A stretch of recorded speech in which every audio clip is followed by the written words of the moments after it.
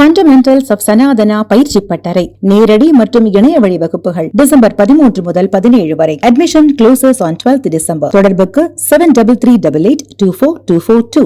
மக்களவையில் கடந்த வாரம் பேசிய காங்கிரஸ் எம்பி கார்த்தி சிதம்பரம் மனிதர்களின் செயல்களை ஆராய்ந்து யமதர்மனுக்கு சித்திரகுப்தன் ரிப்போர்ட் கொடுப்பதைப் போல மக்களின் பண பரிவர்த்தனைகளை சிபில் என்ற நிறுவனம் கண்காணித்து வருகிறது. ஆனால் அந்த நிறுவனத்தில் வெளிப்படைத்தன்மை இல்லை என்று குற்றம் சாட்டியிருந்தார். சாதாரண குடிமக்களில் இருந்து நிதி அமைச்சர் வரை யார் கடன் வாங்க வேண்டும் என்றாலும் இந்த சிபில் ஸ்கோர் முக்கிய பங்காற்றுகிறது. ஆனால் அதில் வெளிப்படைத்தன்மை இல்லை. தனிநபரின் சிபில் ஸ்கோர் முறையாக அப்டேட் செய்யப்படுவது இல்லை. இதனால் வங்கிகளில் கடன் வாங்க செல்லும்போது சாமானிய மக்கள் சிரமங்களை சந்திக்கின்றனர் என்று நாடாளுமன்றத்தில் அவர் பேசியது கவனம் பெற்றது. மேலும் டிரான்ஸ் யூனியன் எனும் தனியார் நிறுவனம்தான் ஒவ்வொருவரின் கிரெடிட் ஸ்கோரையும் மதிப்பிடுகிறது. ஆனால் அவர்கள் எப்படி கணக்கெடுக்கிறார்கள்? சரியாக கிரெடிட் ஸ்கோர்களை அப்டேட் செய்கிறார்களா? அதில் ஏதாவது தவறு நடந்தால் எப்படி மேல்முறையீடு செய்ய வேண்டும் என எதுவுமே தெரிவதில்லை என்று கார்த்தி சிதம்பரம் குறிப்பிட்டிருந்தார். சில ஆண்டுகளுக்கு முன் வங்கியில் கடன் வாங்க சென்றால் அனைத்து வங்கிகளிலும் தடையில்லா சான்றை வாங்கி வர சொல்வார்கள். ஆனால் இப்போதெல்லாம் அவ்வாறு கேட்பது இல்லை. வங்கியில் கடன் வாங்க சென்றால் ஒருவருக்கு கடன் கொடுக்கலாமா? அவர் கடந்த காலத்தில் வாங்கிய கடனை எவ்வளவு சீக்கிரம் திருப்பி செலுத்தினார்? அவருக்கு எவ்வளவு கடன் கொடுக்கலாம்? அதற்கு எவ்வளவு வட்டி விதிக்கப்படும் என்பன போன்ற விஷயங்களை வங்கியில் இருந்தபடியே எளிதாக சேகரிக்க முடியும். இந்த அனைத்தையும் ஒருவரின் சிபில் ஸ்கோர் தீர்மானிக்கிறது. ஒருவர் வங்கியில் கடன் பெற்று அதை எவ்வாறு திருப்பி செலுத்தியுள்ளார் என்பது குறித்த விவரங்களை வைத்து ஒரு குறியீட்டு எண் கொடுக்கப்படுகிறது. அந்த எண் தரவரிசையை வைத்து அந்த நபருக்கு வங்கி கடன் வழங்கலாமா வேண்டாமா என்பது குறித்து வங்கிகள் முடிவு செய்கின்றன. அதற்கு தேவையான தரவுகளை சேகரித்து கொடுக்கும் ஒரு நிறுவனம்தான் CIBIL. Credit information bureau India limited என்பதுதான் அதன் விரிவாக்கம்.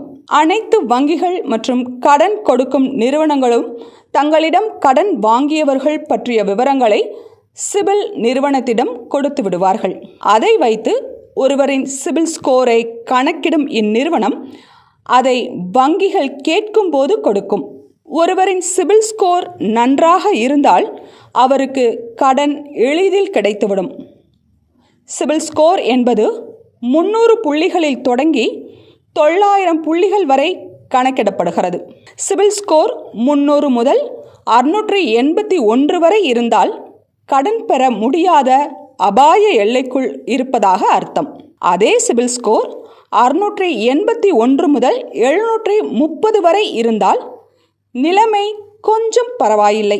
731 முதல் 790 வரை சிபில் ஸ்கோர் இருந்தால் கடன் கிடைப்பது எளிது. சிபில் ஸ்கோர் 790க்கும் மேல் இருந்தால் நீங்கள் கேட்கவில்லை என்றால் கூட கடன் கொடுக்க வங்கிகள் தாமாக முன்வரும். காக்காய் உட்கார பணம் பழம் விழுந்த கதையாக கார்த்தி சிதம்பரம் பேசியது மற்றும் சிபில் ஸ்கோர் தொடர்பாக பல புகார்கள் வந்ததால் அது தொடர்பான புதிய விதிகளை ரிசர்வ் வங்கி சமீபத்தில் அறிவித்துள்ளது. இந்த விதி ஜனவரி 1ஆம் தேதி முதல் அமலுக்கு வரும். அதன்படி இனிமேல் 15 நாட்களுக்கு ஒரு முறை கிரெடிட் ஸ்கோர் புதுப்பிக்கப்படும். சிபில் ஸ்கோரை ஒவ்வொரு மாதமும் 15ஆம் தேதி மற்றும் அதற்கு பிறகு அப்டேட் செய்யலாம். கடன் கொடுக்கும் போது வங்கிகள் சரியான முடிவை எடுக்க இது உதவும்.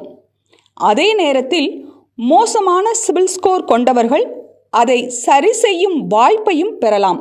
ஒரு வங்கியோ அல்லது கடன் கொடுக்கும் நிறுவனமோ ஒரு வாடிக்கையாளரின் கடன் அறிக்கையை பார்த்தால் அந்த வாடிக்கையாளருக்கு கட்டாயம் தகவல் அனுப்ப வேண்டும். இதை SMS அல்லது மின்னஞ்சல் மூலம் அனுப்பலாம். வங்கி அல்லது கடன் கொடுக்கும் நிறுவனம் சார்பில் எந்த ஒரு வாடிக்கையாளரின் கடன் கோரிக்கை நிராகரிக்கப்பட்டாலும் அதற்கான காரணத்தை அவருக்கு தெரிவிக்க வேண்டும். இதன் மூலம் வாடிக்கையாளர் தனக்கு கடன் மறுக்கப்பட்டதற்கான காரணத்தை அறிந்து கொள்ள முடியும். கடன் நிறுவனங்கள் ஆண்டுதோறும் ஒருமுறை வாடிக்கையாளரின் முழுமையான கிரெடிட் ஸ்கோர் விவரங்களை கட்டணம் எதுவும் இல்லாமல் அவருக்கு கொடுக்க வேண்டும். இலவச கிரெடிட் ஸ்கோர் அறிக்கை மூலம் தங்களின் சிபில் ஸ்கோர் மற்றும் கடன் வாங்கியது குறித்த விவரங்களை வாடிக்கையாளர்கள் அறியலாம்.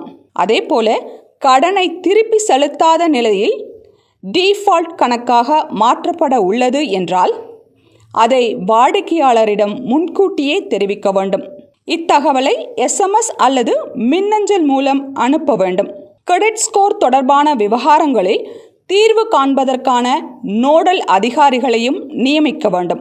வாடிக்கையாளரின் புகார்களை கடன் வழங்கும் நிறுவனங்கள் 30 நாட்களுக்குள் தீர்க்க வேண்டும். இல்லாவிட்டால் தாமதமாகும் காலத்தில் ஒரு நாளைக்கு 100 ரூபாய் அபராதம் செலுத்த வேண்டும்.